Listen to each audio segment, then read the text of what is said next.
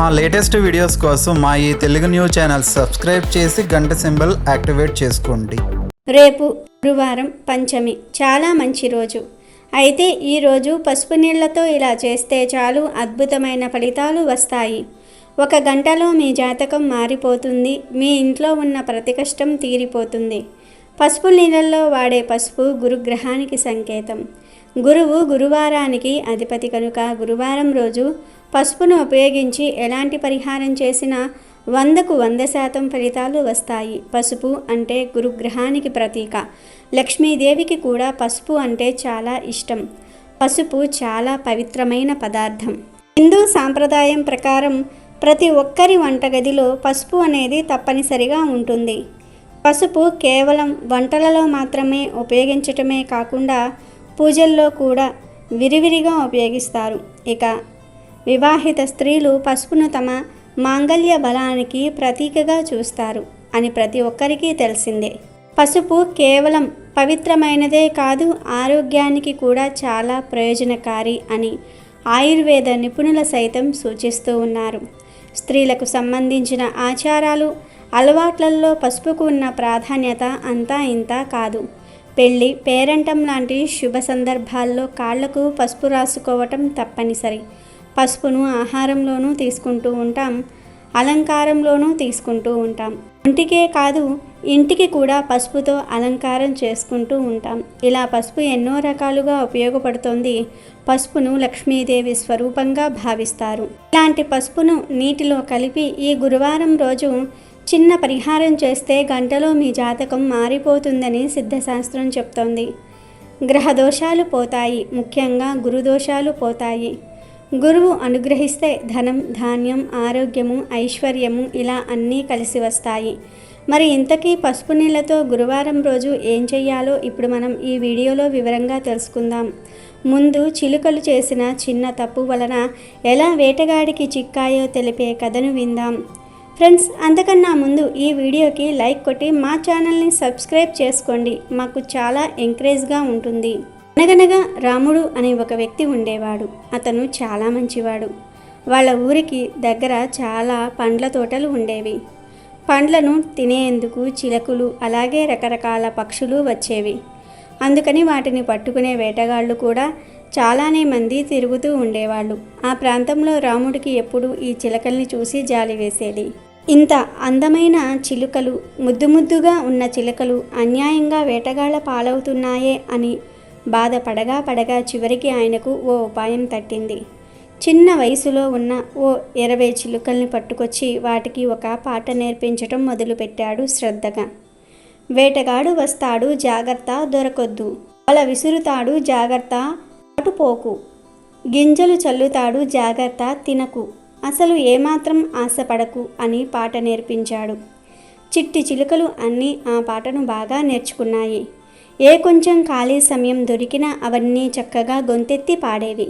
వేటగాడు వస్తాడు జాగ్రత్త, దొరకొద్దు అంటూ ఇట్లా ఓ ఏడాది పాటు ట్రైనింగ్ ఇచ్చాక రాముడు వాటిని అడవిలోనికి తీసుకుని వెళ్ళి వదిలేశాడు. అక్కడ అవి ఎట్లా ఉంటాయో చూద్దాం అని వాటికి కనపడకుండా ఒక మూలన నక్కి కూర్చున్నాడు. అంతలోనే అటుగా వచ్చాడు ఒక వేటగాడు. గింజలు, బుట్టలు, వలలు అన్నీ పట్టుకొని వచ్చాడు. చెట్టు మీద వాలి ఉన్న చిలుకల్ని చూసి చిరునవ్వు నవ్వాడు. అక్కడికి దగ్గరలోనే వల పరచటం మొదలుపెట్టాడు. వెంటనే చెట్టు మీది చిలకలన్నీ కూడా ఒక గొంతుతో పాడటం మొదలుపెట్టాయి. వేటగాడొస్తాడు జాగ్రత్త, దొరకొద్దు. జాగ్రత్త, వల విసురుతాడు. జాగ్రత్త, అటుపోకు. గింజలు చల్లుతాడు. జాగ్రత్త, తినకు. అసలు ఏమాత్రం ఆశపడకు అని. అది వినగానే వేటగాడి ముఖం మాడిపోయింది. అయ్యో, చేతికందే చిలుకలు చేజారిపోయాయి. వీటికి నా గురించి అంతా తెలిసిపోయింది అని ఏడుపు వచ్చినంత పనయింది. నిరాశగా వాడు తన వలను తీసేసి వేరే చోటికి పోబోయాడు. అప్పటి వరకు పొదల చాటున కూర్చున్న రాముడికి వేటగాడి ముఖం చూసి నవ్వు వచ్చింది. తను చేసిన పని వల్ల ఇన్ని చిలుకలకు మేలు జరిగింది కదా అని కొంచెం గర్వంగా కూడా అనిపించింది. అప్పుడు రాముడు మాటులో నుంచి బయటకు వచ్చి వేటగాడితో ఇలా అన్నాడు. ఇన్ని సంవత్సరాలుగా వీటి అజ్ఞానాన్ని ఆసరాగా చేసుకుని బ్రతికాం. ఇప్పుడు వీటికి అసలు సంగతి తెలిసిపోయింది. ఇక ఇవి ఎవ్వరికీ దొరకవు. అయినా ఒక పని చెయ్యి, నీ దగ్గర ఉన్న కాసిన్ని గింజలు కూడా చల్లేయి. నాకు తెలిసి అవేవి నీ వలలో పడవు. నువ్వు చల్లే గింజలు వృధానే అవుతాయి. అయినా చింత లేదు.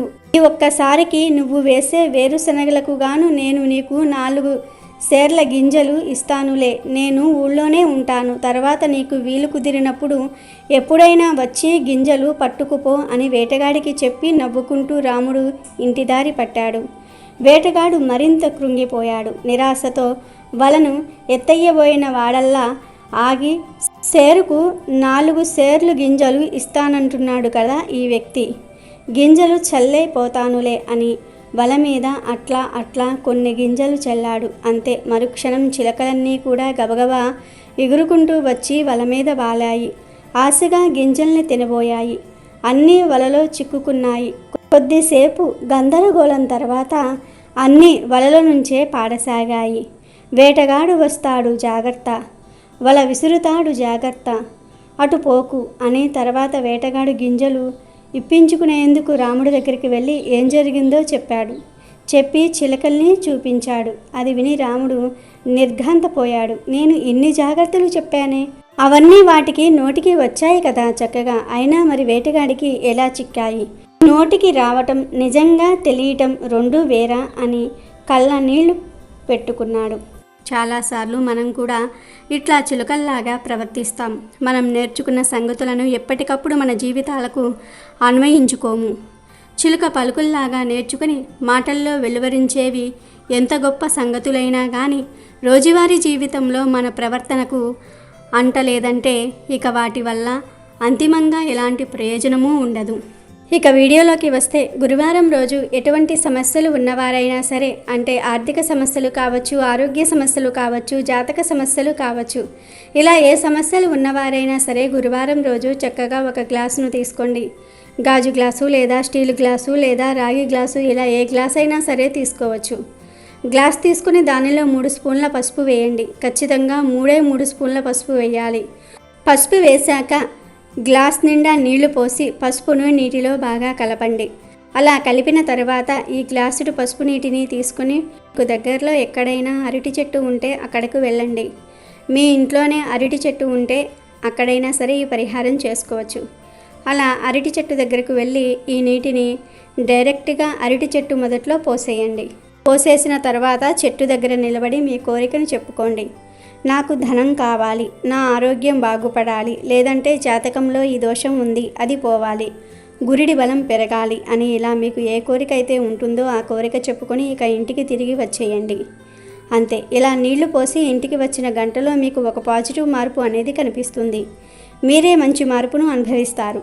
దగ్గరలో అరటి చెట్టు ఉన్నవారే ఈ పరిహారం చేయండి. లేనివారు చేయవద్దు. ఈ పరిహారాన్ని పగటిపూట మాత్రమే చేయాలి. చీకటిగా ఉన్న సమయంలో చేయకూడదు. ఈ పరిహారం చేయటం వలన మీకు ఎలాంటి కోరిక ఉన్నా నెరవేరుతుంది. కాబట్టి ప్రతి ఒక్కరూ కూడా గురువారం రోజు పసుపు నీళ్లతో ఈ పరిహారాన్ని చేసి గంటలో జాతకాన్ని మార్చుకొని సంతోషంగా జీవించండి. అమెజాన్లో బెస్ట్ డిస్కౌంట్స్ కోసం వీడియో డిస్క్రిప్షన్లో లింకు ఉంది, చూడండి. అలాగే మా టెలిగ్రామ్ ఛానల్ సబ్స్క్రైబ్ చేసుకోండి.